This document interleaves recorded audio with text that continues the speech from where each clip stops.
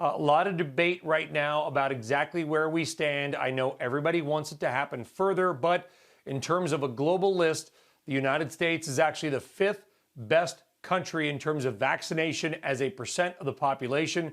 Israel, UAE, Bahrain, the UK, and then us. We've got to ramp it up a bit. Where do you think we stand now, and where are we going on vaccinations?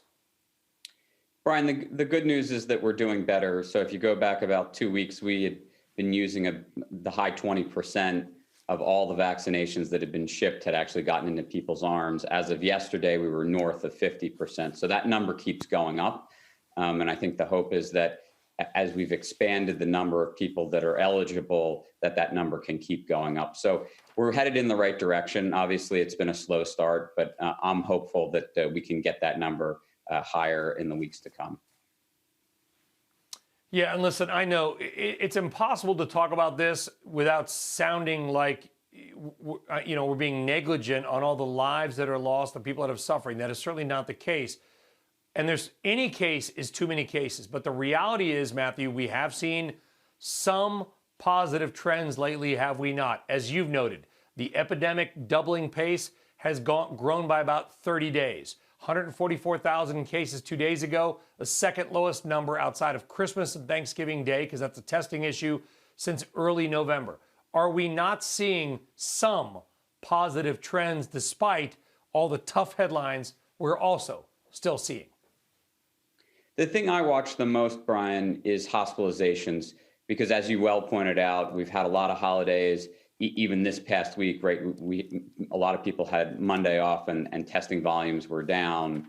But if you look at hospitalizations, we've seen a recent peak in hospitalizations. And so for me, that's at least a good near-term sign. We have to see if it continues. But I agree with you that it looks like we may be starting to plateau. Yeah, and the pandemic, as you have noted, contracting in 45 states, still a lot of states like California where they have certainly a lot of problems. Let's talk about the big issue, Matthew, and that is, of course, the vaccines. And people, they want them now. I get it. We all want it right now. There's a lot of bottlenecks and people are confused. More doses are out there that have been administered. Where are the doses right now? Where do you think the vaccinations across, I know it's a state issue, but on a macro level, where do you think the vaccinations are going to go? Can we ramp it up? Yes, I think we can ramp it up. So there are two issues, right, that you're talking about. One obviously is production, and production, fortunately, has generally been in line with what the companies have been guiding in terms of their ability to deliver doses. The second issue, as you pointed out, though, is once they get shipped to the localities, converting those into people's arms has been slower than I think a lot of people hoped. But as I noted earlier on, we've moved that rate up from about 25% to 50% over the last 2 weeks. So I think the hope is that number can go higher in the near term.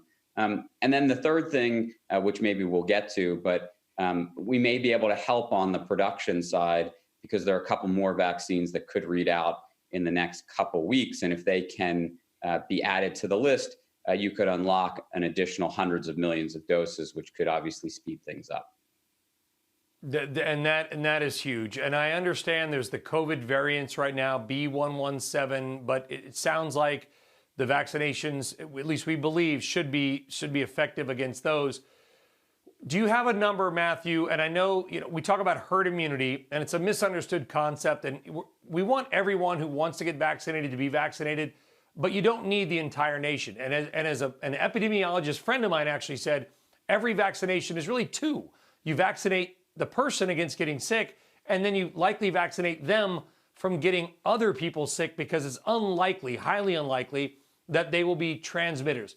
Is there a number, a percentage of the population where you think, it's not 100%, maybe 40%, where you think things can really start to change for the better as far as a percentage of population vaccinated? Sure. So in our modeling, what we've looked at is if we can vaccinate about 6% of the population consecutively for 3 months in time, we should be able to turn the number of new cases and have that start to head downward on a sustainable level. Now, when you ask about herd immunity, right, traditionally herd immunity is going to be 60 or 70% of the population. But you have to remember, probably somewhere between 10 and 20% of the population has already had COVID. So that means if we can vaccinate, call it about 40% of the population, we should be in a good spot. Shepard Smith here. Thanks for watching CNBC on YouTube.